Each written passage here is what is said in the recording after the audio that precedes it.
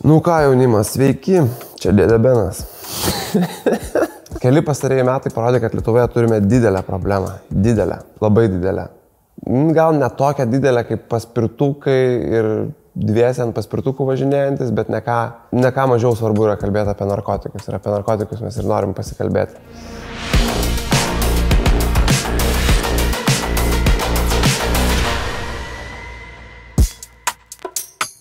Nepaisant visų iniciatyvų, kurios vyksta, bet apie tai kalbėti vis dar yra sudėtinga ir tai tarsi toks dramblys kambaryje. Aš dramblys kambaryje.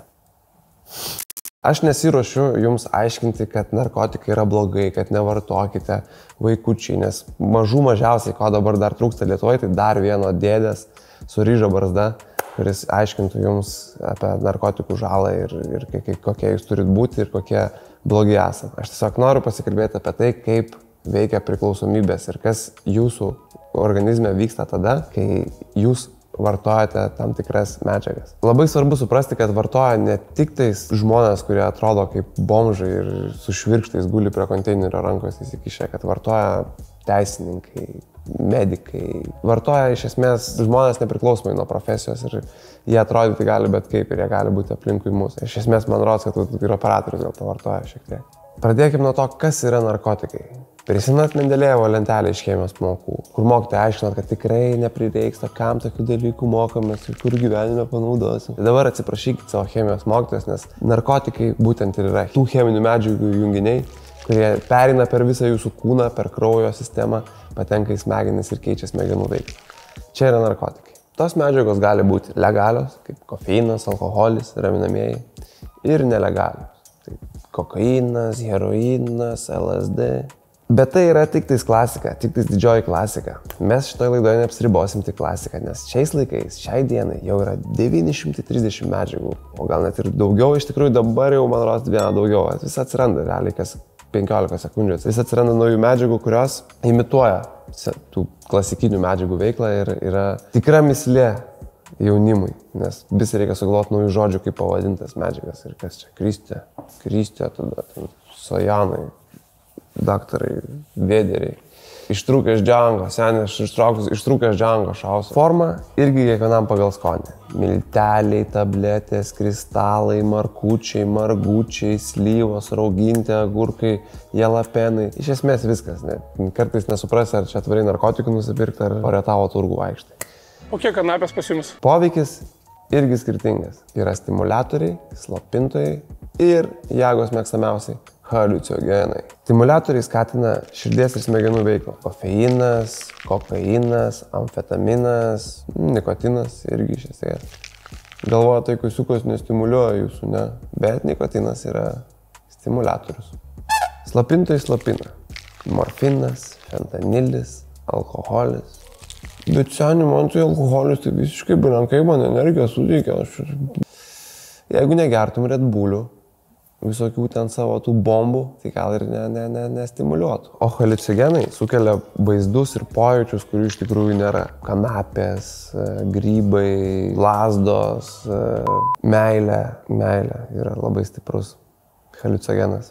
Girdžiu jūs, tikrai girdžiu jūs, narkotikų ekspertai, mielieji. Taip, tai jums nuo kanapių nebūna jokių gliukų, man nuo kanapių nieko man nebūna. Seniai, what the fuck. Nebūtinai tai turi būti gliukai, kad tau prieš tave ten gyvatės, raitos ar dramblys atsiranda. Tai gliukai yra tam tikri sustiprėję pajūčiai. Pavyzdžiui, kai jūs žvengiat iš draugelio nejuokingų bairių, nes esat prirūkę, tai yra sustiprėjęs pajūtis, kuris iš esmės yra haliucinogenas.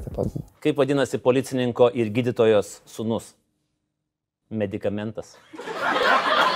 Kai kurios medžiagos patenka į kelias grupės. Tai minėtosios kanapės yra tiek slopintojas, tiek haliucinogenas. Kitas toks narkotikas būtų MDMA. Žinau, ką auditorija, kuriai narkotikai dar yra net pažinti klodai ir kuri išgirsta apie narkotikus hollywoodiniuose filmuose arba laidose kaip ši, galvoja. Jie galvoja, kad MDMA, LSD, BBD, kas tokius dalykus gali vartoti jauni žmonės ir ne tik jauni žmonės tą daro, dėl to, kad nori patirti malonumus, neįdėdami jokių pastangų. Dopamino karta.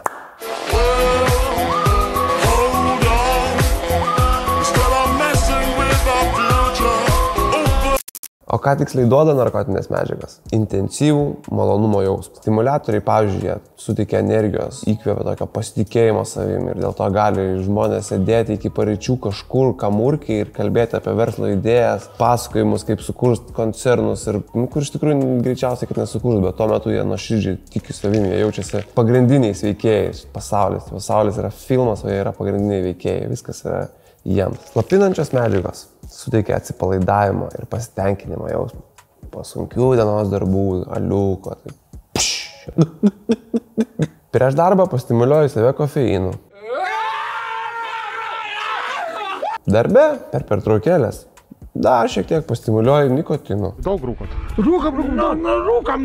Vakare nurimt, atsipalaiduot, aliukų, alkoholio, gal ir kokio viskio taurę. Savaitgalis, kiek galima save slopinti. Noris ir pastimuliuoti kažko ir energijos įpūsti. Jau gal kažkokį draugelius ir stimuliatorių tau suveikia ten per telegramus. Karts nuo karto kažkur net kokį grybuką užsimeti sodybėliai. Ir nuolat save veikiant tam tikromis medžiagomis, aplinkinis pasaulis pradeda atrodyti nebe toks intriguojantis ir nebe toks įdomus. Ir draugeliai jau nebelabai įdomu, ką jie ten šneka ir kaip jie gyvena jau. Ir pasivaikščiojimas tiesiog išėjus gerų orų nebeteikia to tokio malonumo, kokį teikdavo seniau. Net ir sportas jau atrodo, kad nėra tai kas, ką norėtum daryti.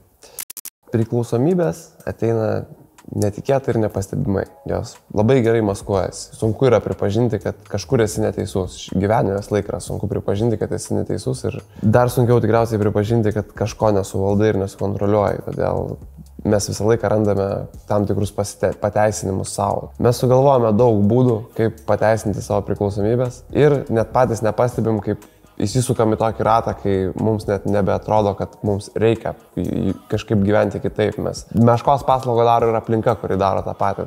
Matai kitus žmonės, kurie daro tą patį ir tau tarsi atrodo, kad tai yra neišvengiama ir neįmanoma ir kad tai net galbūt tau nekenkia, o atvirkščiai padeda. Pradėjus vartoti psichoaktyvias medžiagas, būna viskas gana gražu ir nekaltai iš esmės atrodo. Tai tą kontroliuoti nebūna sudėtinga, tu lauki savaitgalio, linksminės, atsipalaiduoji, pirmadienį vėl kimi prie darbų, vėl atidirbi visą savaitę ir vėl savaitgalis. Tai atrodo lyg ir nekelia kažkokių grėsmių.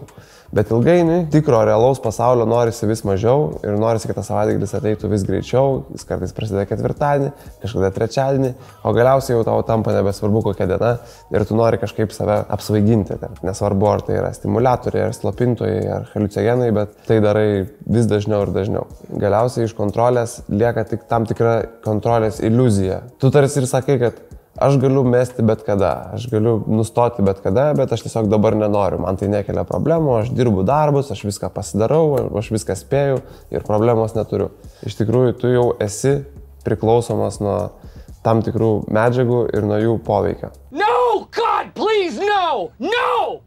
No! Reikia pripažinti, kad taip būna ne visiems žmonėms.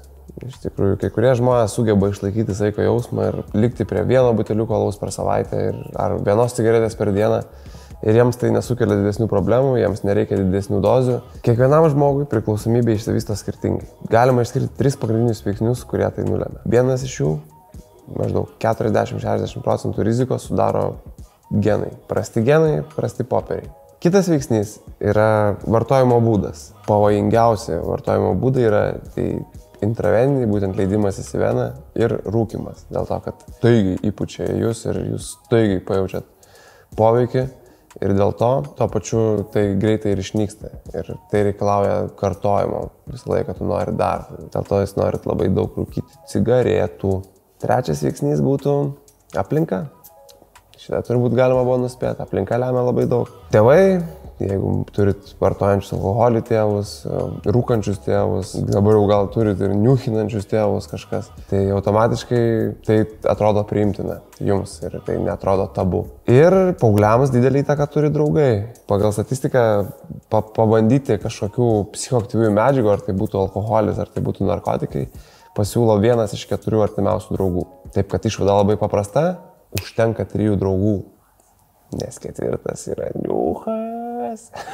Kalbant apie priklausomybės, paaugliai yra patys pažeidžiamiausi. Taip yra dėl to, kad žmogaus smegenys bręsta iki 25 metų, o psichoaktyviųjų medžiagų vartojimas tuos procesus apsunkina. Kas vyksta su žmogaus smegenim iki 25 metų, tai būtent bręsta prieškaktinė žievė, kuri yra atsakinga už tinkamus sprendimų priėmimus, emocijų valdymą ir tiesiog racionalų ir sveiką protą. Jeigu vartoji psichoaktyviasias medžiagas iki kol ta žievė subręsta, tai gali turėti negrįžtamų pasiekmių. Štai tau yra atsakymas, kodėl išėjai iš darbo ir dabar treidini kriptą, nes niuchini nuo 15. O grįžtant prie suaugusių, kai žmogus patiria malonumą, jo dopaminas staigiai šokteli, o vėliau nukrenta žemyn ir sukelia skausmą. Man nukrito dopaminas, ką man daryti? O ką daryti, viskas aišku, reikia dopaminą vėl pakelti. Pamėgini dėl malonumo, o tiesi dėl to, kad išvengtum kančios. Ir dar verta akcentuoti tai, kad tai yra malonumai, kurie maždaug 5-10 kartų didesni už seksą ar maistą. Natūralu, kad nori pakartoti. Nori vėl ir vėl. Bet šiaip čia dar ir nuo sekso priklauso ten. Kad galėtum taip lyginti, čia nėra, manau, kad labai protinga lyginti iš tikrųjų.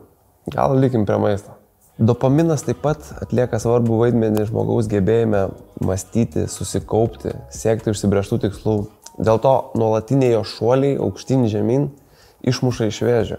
Ir po gero vakarėlio tau nesinori kilti iš lovos ir tik tais puškuoji tą aikosiuką. Be jokios motyvacijos ir tiesiog be jokios šviesos gyvenime. Įsivaizduokite, valgot vynogės. Saldžios, skanios, besėklės vynogės.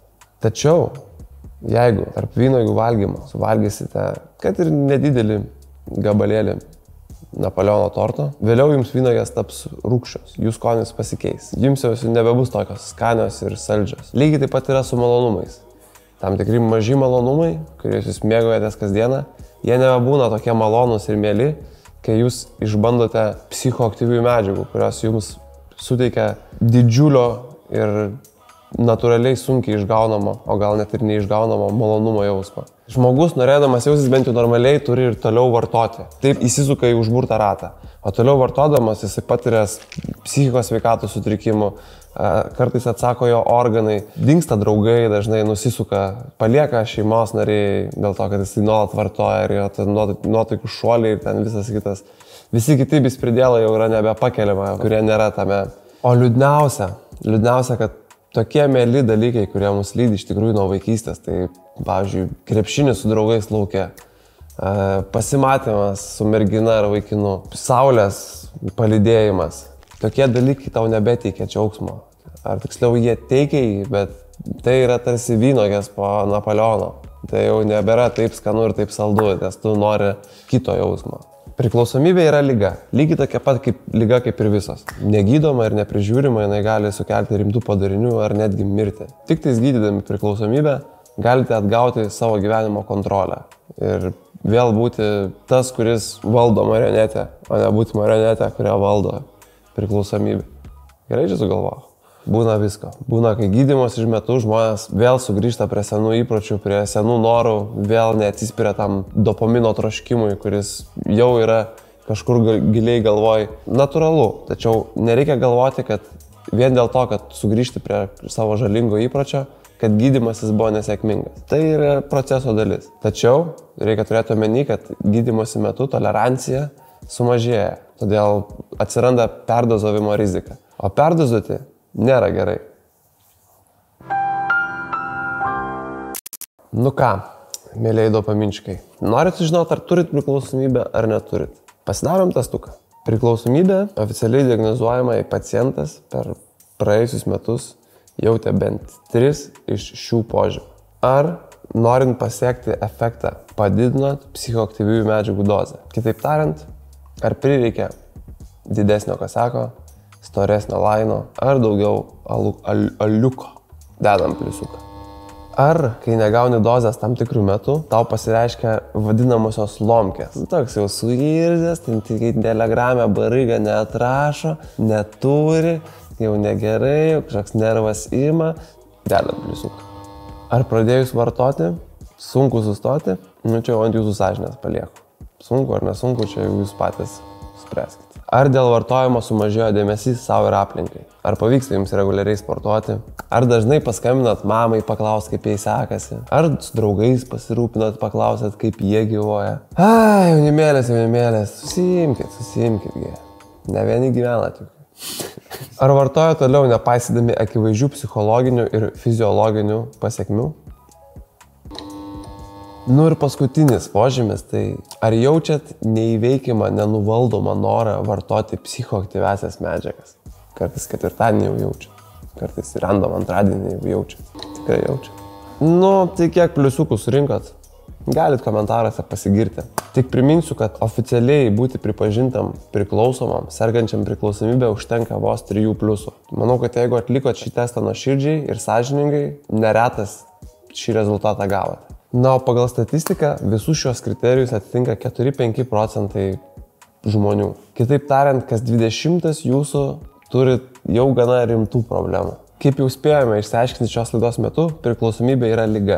Liga, kurią reikia gydyti. Todėl, jeigu pričiupote savo artimą žmogų, nesvarbu ar tai yra jūsų sūnus, dukra, ar tai yra brolis, sesuo, jeigu pričiupote jį vartojant arba nujaučiate, kad tas žmogus kenčia nuo priklausomybės, nepulkite jos merkti ir daužyti per galvą. Pasikalbėkite, padėkite suprasti problemos mastą ir pasiūlykite sprendimo būdus, kurie yra aiškus, tai yra gydymasis. Sovietmečiu visi neigia seksą, tačiau anksčiau ir vėliau turėjo pradėti apie jį kalbėti. Nedarykime tos klaidos su narkotikais, netidėliokime pokalbių, kurie yra svarbus ir reikalingi, nes ateities pasaulis bus su narkotikais, norim mes to ar nenorim. Todėl būkime tam pasiruošę. Ačiū pagrindiniam projekto partneriui prekybos tinklui Maxima, kuris pirmasis iš visų verslų išvelgė prasmę ir išdrįso paremti projektą, kuris kalba be galo jautriomis ir nepatogiomis temomis. Ačiū Gallery, kuris įsileido mus ir skatina atsakingą vakarėlių kultūrą.